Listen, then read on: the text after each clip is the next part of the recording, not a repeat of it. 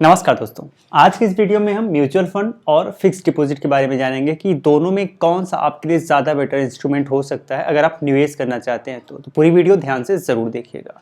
Basically अगर mutual fund की बात करें तो म्यूचुअल फंड में क्या होता है कि कई लोग मिलकर पैसा पूल करते हैं और एएमसी के माध्यम से ये पैसा अलग अलग प्लान में निवेश किया जाता है। हर प्लान का एक अलग गोल होता है और जो लोग पैसा निवेश करते हैं उनका भी एक गोल होता है।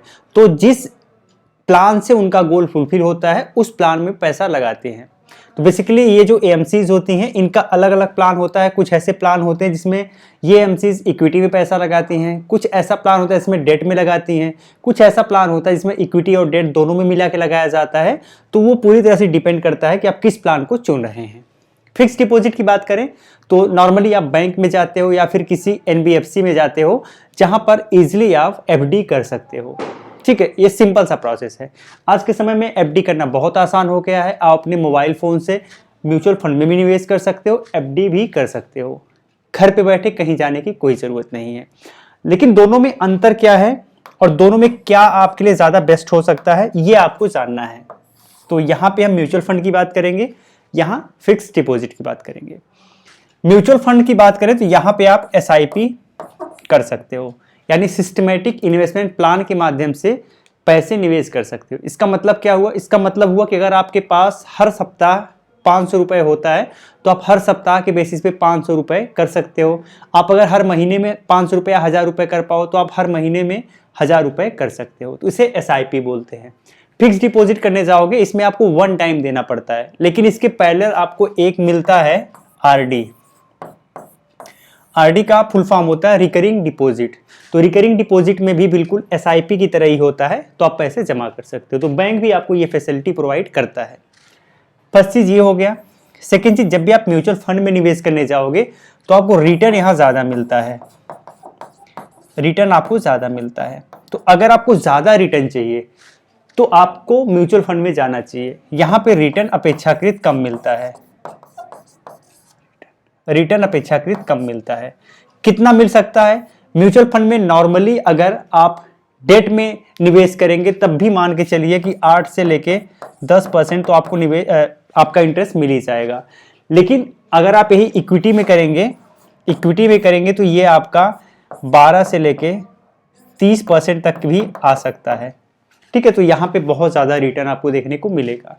लेकिन अगर हम आरडी की बात करें या फिर एफडी की बात करें तो आरडी या फिर एफडी, इसमें जो रिटर्न आपको मिलेगा वो लगभग 3% से लेके 8% के करीब देखने को मिलता है। 8% बहुत ही कम बैंक आपको ऑफर करते हैं, लेकिन कुछ बैंक आपको देखने को मिल जाएंगे जो कि 8% तक भी करते हैं। ठीक है, तो ये मैक्सिमम आपका 8% हो गया और 3% लगभग मिनिमम हो गया। तीसरा पॉइंट, रिस्क की बात करते हैं। तो जब भी रिस्क की बात आती है तो इसमें रिस्क ज्यादा होता है। यहां रिस्क ज्यादा होता है, यहां रिस्क बहुत कम होता है। रिस्क यहां भी होता है लेकिन बहुत कम होता है। अब यहां पे रिस्क कौन सा होता है? मान लीजिए जिस बैंक में आपने आरडी किया था, एफडी किया था, वो डिफॉल्ट हो जाए, उसके पास पैसे ही ना बचे तो क्या होगा? तो यहां रिस्क है लेकिन बहुत कम रिस्क है, ऐसा बहुत कम होता है। और अगर आपका यहां बैंक डिफॉल्ट भी कर गया तब भी कुछ पैसा आपको मिल जाएगा जो कि इंश्योर्ड होता है, तो वो आपको मिलेगा। उससे ज़्यादा अगर आपने पैसा जमा किया है तो ही यहाँ पे दिक्कत हो सकती है। लेकिन यहाँ पर आपका पूरा पैसा भी जा सकता है। तो ये ज़्यादा रिस्की है, ये कम रिस्की है।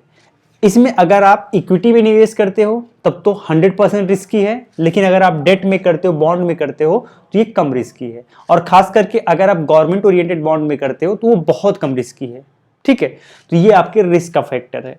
अब आपको ये ध्यान रखना है कि आपको किस में करना है। अब यहां पे एक पॉइंट मैं और यहां बताना चाहूंगा। लॉन्ग टाइम पीरियड अगर आपके पास है, अगर आपके पास लॉन्ग टाइम पीरियड है, यानी अगर आप 10 वर्ष, 20 वर्ष, 30 वर्ष तक निवेश करना चाहते हैं तो आपको हमेशा म्यूचुअल फंड चुनना चाहिए। म्यूचुअल फंड लॉन्ग टर्म में आपको बहुत ज़्यादा रिटर्न गेन करके दे सकता है, आपका कैपिटल बहुत एप्रिसिएट हो सकता है। लेकिन अगर फिक्स डिपॉजिट की बात करें, आरडी की बात करें, तो ये शॉर्ट टर्म के लिए बेस्ट है। शॉर्ट टर्म के लिए बेस्ट है। जैसे मान लीजिए अगर आपको निवेश करना है 5 महीने 6 महीने के लिए, 1 साल के लिए, 2 साल के लिए, ठीक है, शॉर्ट टाइम पीरियड के लिए निवेश करना है तो आपके लिए बेस्ट हो सकता है। अगले पॉइंट को डिस्कस कर लेते हैं। ये आपका होता है लेस लिक्विड, ये लेस लिक्विड होता है, ये मोर लिक्विड होता है। इसका मतलब क्या हुआ, अगर आप म्यूचुअल फंड में निवेश किए हैं, अगर आज आपको पैसे की जरूरत पड़ गई तो आज आप इसमें पैसा नहीं प्राप्त कर पाओगे, क्योंकि सिंपल सी बात है, पहले आप जितने आपकी यूनिट्स हैं उनको सेल करोगे, सेल करने के बाद 2 से 3 दिन में सेटलमेंट होता है, लगभग 4-5 दिन लग जाता है आपके अकाउंट में पैसा क्रेडिट होने में।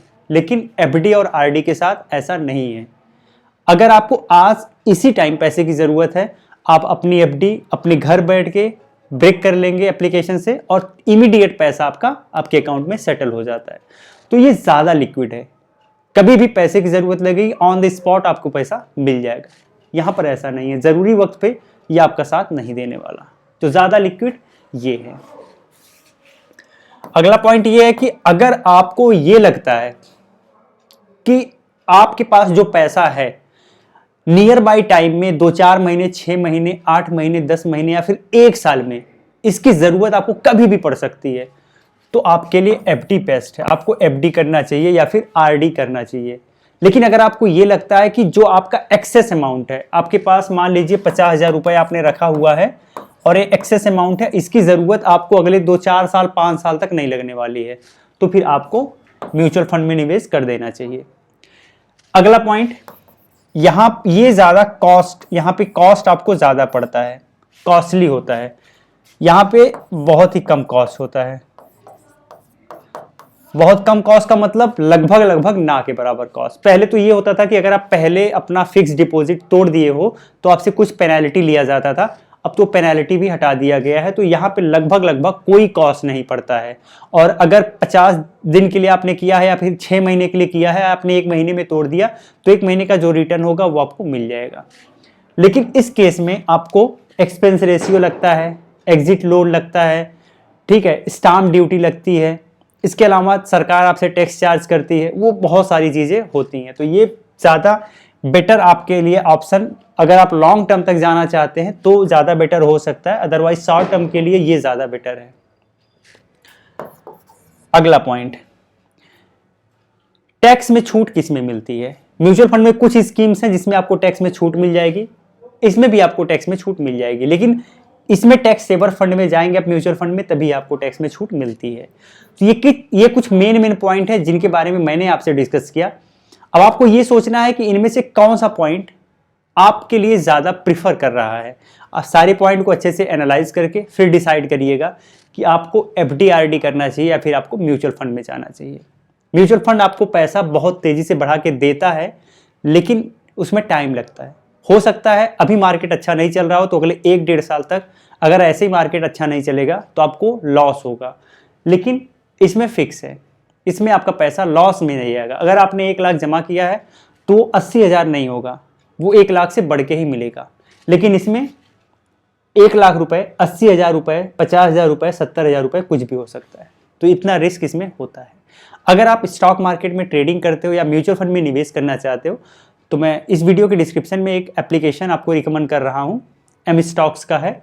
अगर आप ट्रेडिंग करते हो तो आपके लिए बेस्ट हो सकता है, क्योंकि यहाँ पे ब्रोकरेज आपसे नहीं लिया जाता है अगर आप 1 टाइम पेमेंट करके इसमें अकाउंट बनाते हो तो गाइस आप एक बार गो थ्रू कर सकते हैं। जय हिंद।